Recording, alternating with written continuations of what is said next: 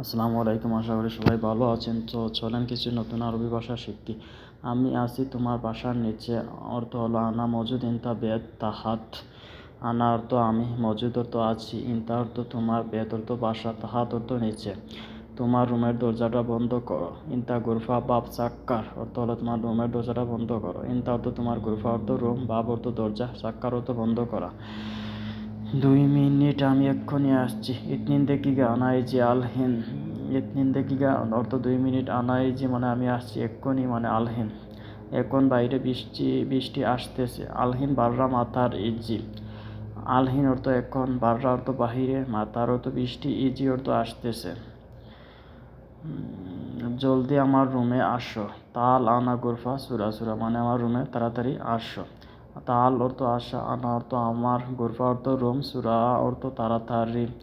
তোমার রুমটা অনেক সুন্দর। ইনতা গুরফা জিহাদা হেলো মানে তোমার রুমটা অনেক সুন্দর বোঝায়।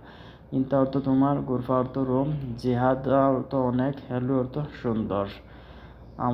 আমার বর্তমানে কাজ নেই। আনা আলহিন মাফি সুগল মানে আমার বর্তমানে কোনো কাজ কাম নাই, এরকম বোঝায়। আনা অর্থ আমার, আলহিন অর্থ বর্তমানে, মাফি সুগল অর্থ কাজ নাই একদম।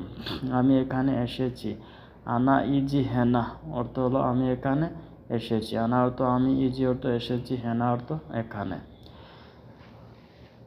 আমার অবশ্যই কাজ দরকার। আনা আব্বা লাজিম সুগল মানে হলো আমার অবশ্যই কাজ একটা দরকার, এরকম বোঝায়।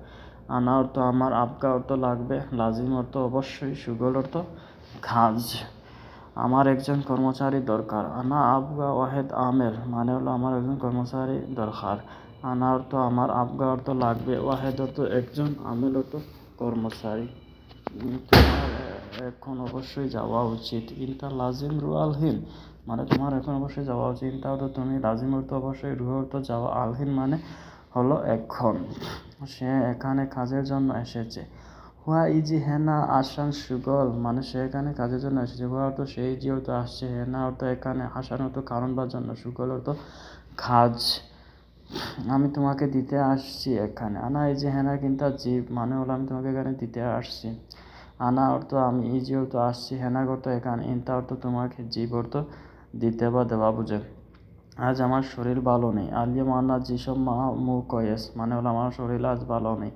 আলিম অর্থ আজ, আনা অর্থ আমার, জিসম অর্থ শরীর, মু কয়েস অর্থ ভালো না মানে আমার শরীর ভালো না। সৌদি এটা শুনলে রাগ করবে। সৌদি ইসমা হাদা হুয়া জালান যদি সৌদি এটা শুনে তাহলে রাগ করবে বোঝায়। সৌদি অর্থ সৌদি, হাদা অর্থ এটা, ইসমা অর্থ শুনলে, জালান অর্থ রাগ করবে মানে রাগ করবে, এরকম বোঝায়। আমি ভালো মুদির চাই। আনা এবি কোয়েস মুদির আমি একজন ভালো ম্যানেজার চাই। আনা অর্থ আমি, এবি অর্থ চাওয়া, কোয়েস অর্থ ভালো, মুদির অর্থ ম্যানেজার। আমার সবজি লাগবে। আনা আকবা কুদার মানে আমার কিছু সবজি লাগবে, তরকারি লাগবে, এরকম বোঝায়। আনা অর্থ আমার, কুদার অর্থ সবজি, আব্বা অর্থ লাগবে মানে আমার সবজি লাগবে। আমি রাস্তা ভুলে গেছি। আনা ইনসা তরিক মানে আমি রাস্তা ভুলে গেছি। আনা অর্থ আমি, ইনসা অর্থ ভুলে যাওয়া, তরিক অর্থ হলো রাস্তা মানে রাস্তা ভুলে যাওয়া, এরকম। তুমি আমার সাথে যাও। ইনতারু আনা সাওয়া সাওয়া অর্থ তুমি আমার সাথে যাও বা যাবে বোঝায়। ইনতা অর্থ তুমি, রু অর্থ যাওয়া, আনা অর্থ আমার, সাওয়া সাওয়া অর্থ সাথে সাথে যাওয়া, এরকম বোঝায়। তোমাকে কে বলেছে? মিন ইনতা গুল কে তোমাকে বলেছে? মিন অর্থ কে, ইনতা তো তোমাকে, গুল অর্থ বলেছে। তো আজকে এই পর্যন্ত, ভালো থাকেন, বাই বাই।